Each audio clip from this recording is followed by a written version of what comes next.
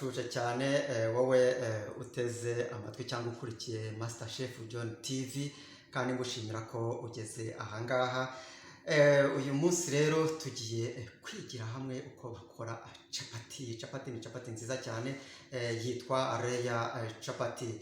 Nuyibona uri bwishime kandi uri bone ari nziza cyane, wifuze no kuzayikora aho uzaba uri hose. Ni capati yoroshye iryoshye bitewe n'uburyo yakozwe, uri buze kuza kubibona mu kanya kari buze. Nakubwira nti kora subscribe, utange ibitekerezo, ukore share kugira ngo n'inshuti yawe izaze imenye guteka capati ndetse n'ibindi tuzateka mu minsi izaza nayo izabimenye. Muri aka kanya rero dufite ifarini ingana n'ikiro kimwe, dufite isukari ingana n'ibiyiko 4, dufite umunyu ungana n'utuyiko 2 dutoya, dufite amavuta angana n'ibiyiko 2 tuza kuvanga muri ya farini yacu, dufite amazi turi buze kuvanga muri iriya fu kugira ngo tubone igifunyango cyiza, ariko aya mazi ni akazuyaze ashyushyemo gakeya. Dufite ifarini tuza gukoresha dukaraga capati yacu kugira ngo ize kuba itari gufata ku meza. Dufite amavuta ya bere, aya ni amavuta meza abantu bakunda gukoresha atagira ingaruka, ni meza cyane, niyo tuza kwifashisha dusiga kuri ya capati yacu turi gukora kugira ngo imere neza, uri buze kuza kureba mu kanya uko biri bimeze. Dufite icyo tuza gukaragisha capati yacu kugira ngo tuyikore neza, dufite noneho n'icyuma turi bukoreshe ya mavuta yacu ya bere cyangwa se bata dusiga kuri capati kugira ngo ize kuba imeze neza. Urabibona mu kanya, biraba ari byiza cyane. Tugiye kuvangamo ya sukari yacu, tuyishyire muri ya farini, dushyiremo noneho na wa munyu, tuvange kugira ngo vangike neza ifarini, isukari ndetse n'umunyu. Vange neza neza. Tugiye kongeramo ya mavuta yacu, nayo tuvange neza.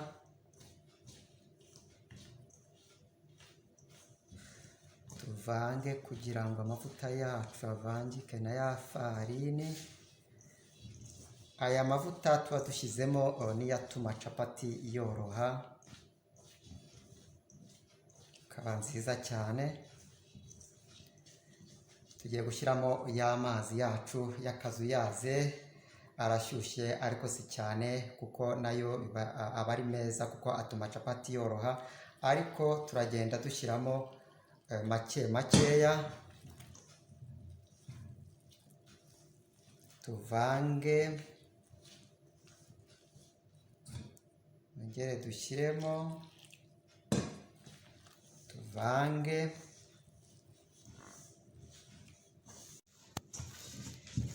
Ikirango cyacu murabona ko kimaze kumera neza. Tugiye gupondera ku meza kugira ngo yegerane neza, shyiraho agafu kugira ngo bitaza gufata. Tuyiponde nibura nk'iminota 5 kugira ngo ikirango cyacu kize kwegerana neza. Ikirango cyacu kimeze neza cyane, urabona ko kimeze neza, kiroroshye.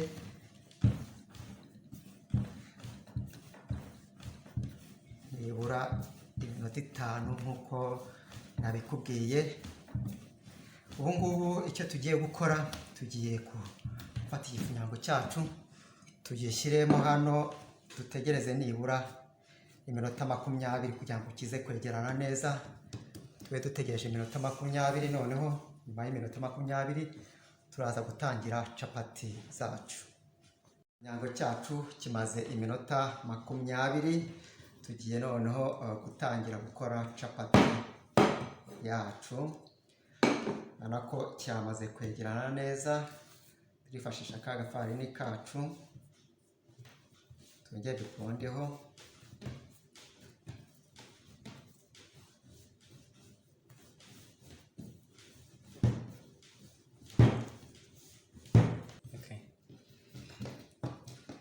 Igifunyango cyacu tumaze kugikaraga, tugiye gukuramo utuntu 10.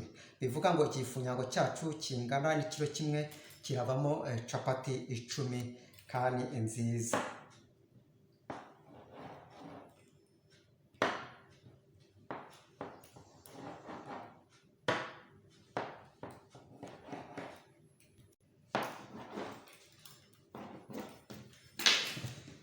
Capati zacu 10 zivuyemo.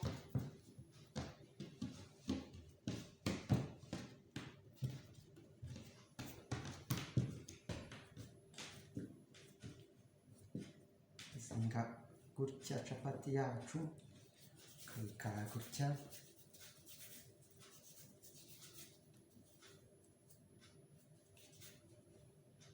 ugafata indi,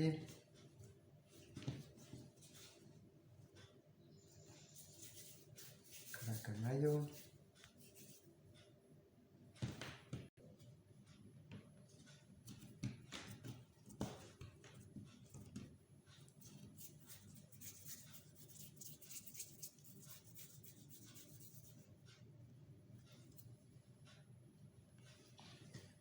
gutangira gukaraga noneho capati yacu, urabona ko imeze neza.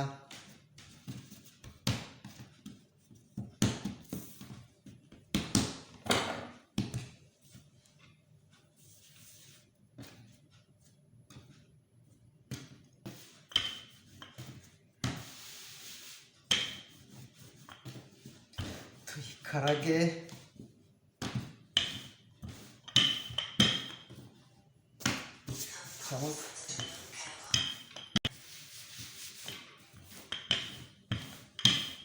dushyireho agafu gake gakeya kugira ngo bidafata ku meza.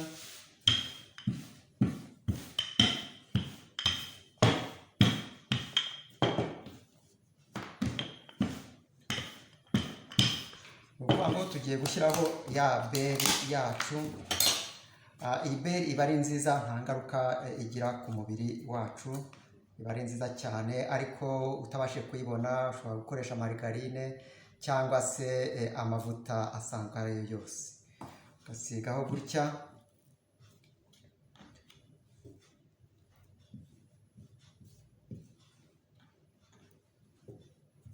Sigaho gutya.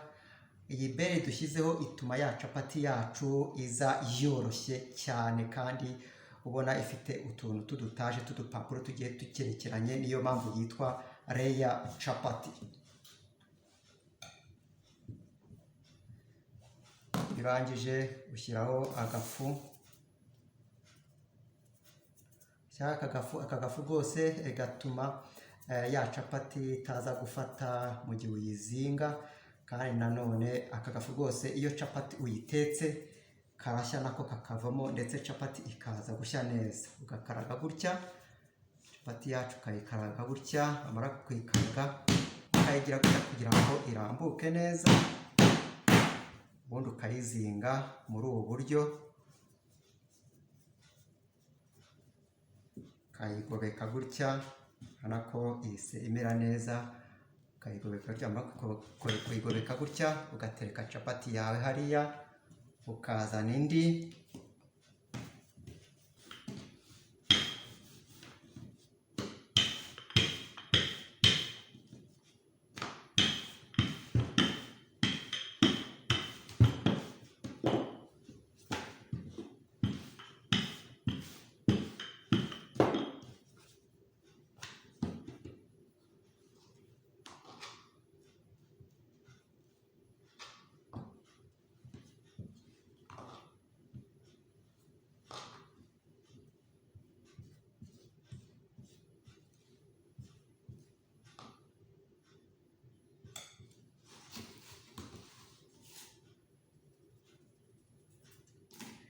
agafu,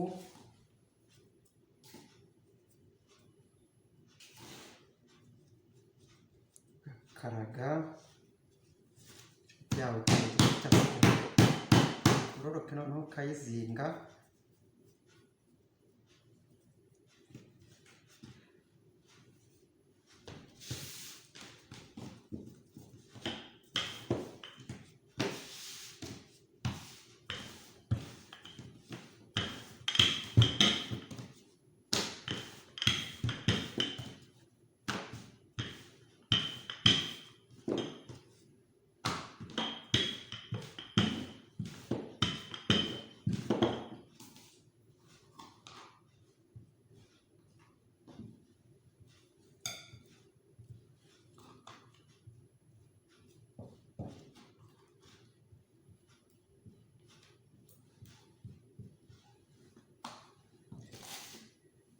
Agafu nanone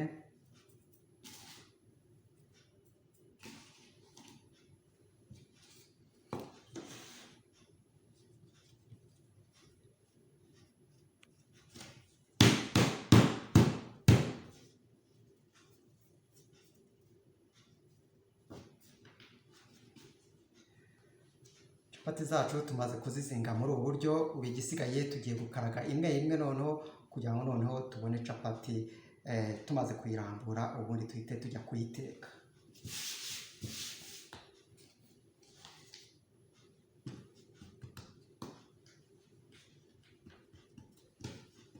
Ndakwibutsa ko kwa kundi twayikase mbere tujya kugira ngo dukuremo izi 10 wakoresha n'icyuma nta kibazo. Tangiye capati yacu noneho kugenda tuyikaraga gake gakeya.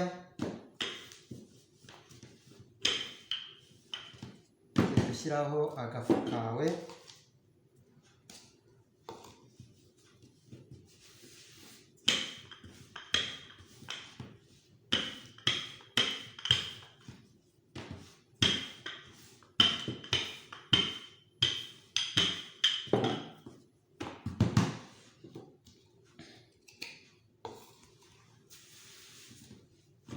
agafu kenshi kubera ya bata yacu cyangwa se beri yacu, kugira ngo capati idafata ku meza. Genda ukaraga gahoro gahoro uhindura.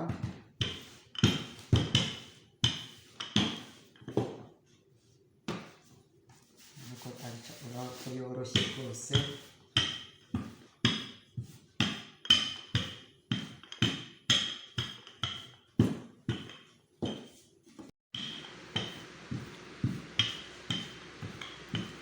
Zacu ni umuhondo, murabona ko ari umuhondo kubera ya beri yacu. Hano ndashyira agafarini kubera ko ndi kugenda ngereka kugira ngo zidafata, noneho tuze kuza kuzitekera rimwe. Dukomeze iyi ngiyi.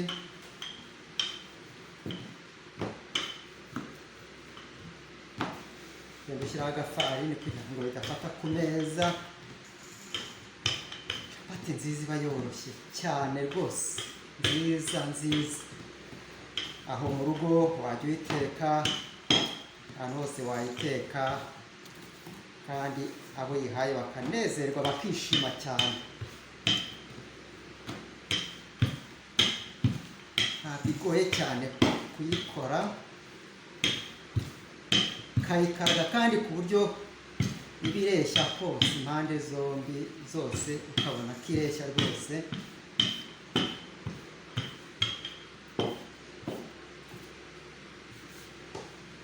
Capati zanjye maze kuzikaraga, mu kanya turagenda kuziteka, ziri bube zoroshye cyane. Tutangira guteka capati zacu rero, pano imaze gushyuha, tugiye gutangira kuyiteka ku muriro muke muke kugira ngo ishye neza. Kandi nkwibutsa yuko mu kuyiteka ugenda utekesha amavuta make make, kuko burya amavuta menshi ntabwo ari meza. Turagenda tugaragura ku muriro muke muke, twongeze muke mukeya. Utuvuta ndadushyiramo nyuma capati yacu imaze gusa nkaho igiye gushya.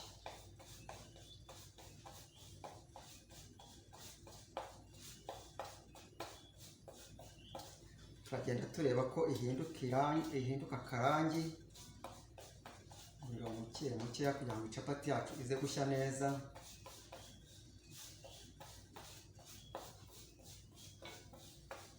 Garagura kugira ngo turindisha impande zose.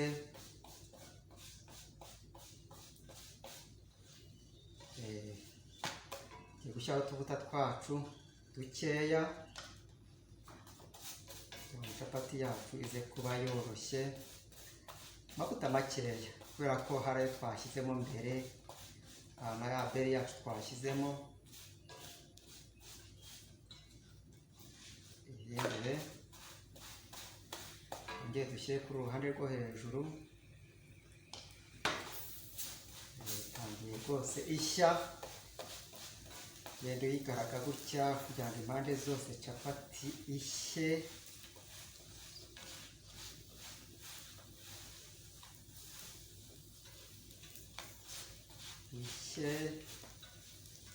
Tuyihindure umuriro muke mukeya,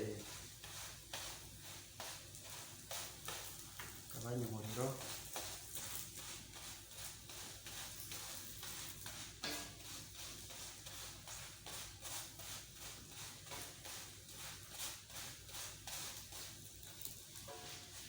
Tuyihindure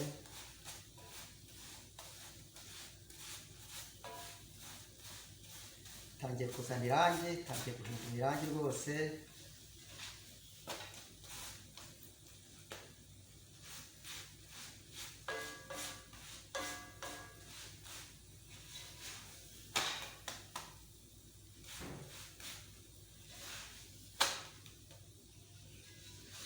Capati yacu irahiye, iroroshye. Ukuntu yoroshye, twakurana ko yisatuye rwose.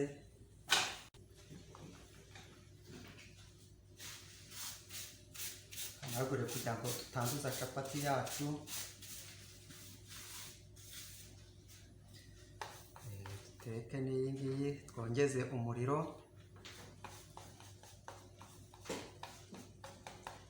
muke mukeya nayo. Ntabwo capati zacu rwose zatangiye zimererwa neza ngizi.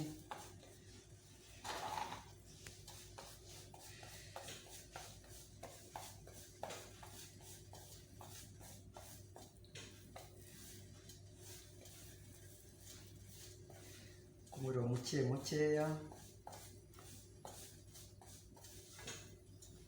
yihindura kugira ngo ishye impande zose. Ku mpande ishye,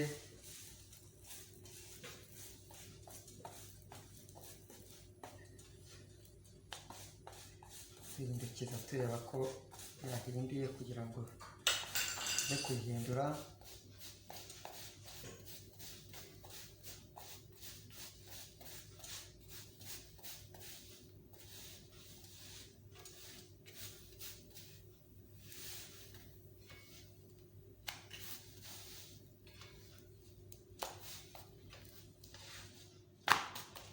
Twa tuvuta twacu noneho dukeya nanone.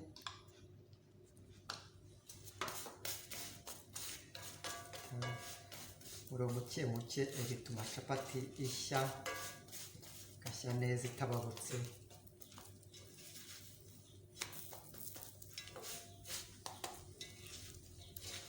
Tukayihindura, tukagabanya umuriro, tugashyiraho nanone utuvuta.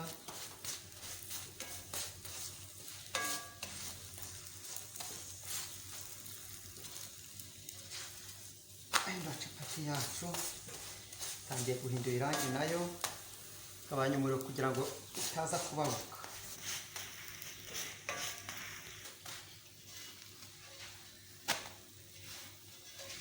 Capati zacu zirahiye, kugira ngo murabibona neza, igiye ifite udutaje rwose, igiye ifite udutaje. Capati zacu zirahiye kandi ziroroshye cyane. Biroroshye, capati yacu iroroshye cyane rwose. Urabona ukuntu igiye irimo twumba kubera kwa kundi twashyizemo akamarigarine, niyo mpamvu yitwa Royal capati. Capati nziza rwose, nayo wawe wayikora, iroroshye cyane. Iroroshye, iravungagurika cyane pe. Ni capati ufata ukarisha n'ibyo kurya ushaka byose, kuko iba iryoshye, iravungaguritse. Ni capati nziza cyane. wakoze kunkurikira, mwakoze kudukurikira rwose kuri channel yacu. Muzagaruka ubutaha bafitiye amatsiko y'ikindi tuzakora. Uzaba uhari rwose, kandi ukore subscribe, utanga ibitekerezo. Niba wifuza kumenya uko itekwa, hari icyo utamenye rwose, kandi hariya hasi unyandikire umbaze, nzakubwira. Nawe utaha rero mbategura ikindi tuzakora, uzaba uhari, kandi kora share kugira ngo n'inshuti zose zizabe zihari nazo zamenye guteka. Iyi yari capati, reya capati nziza cyane, capati imeze neza cyane.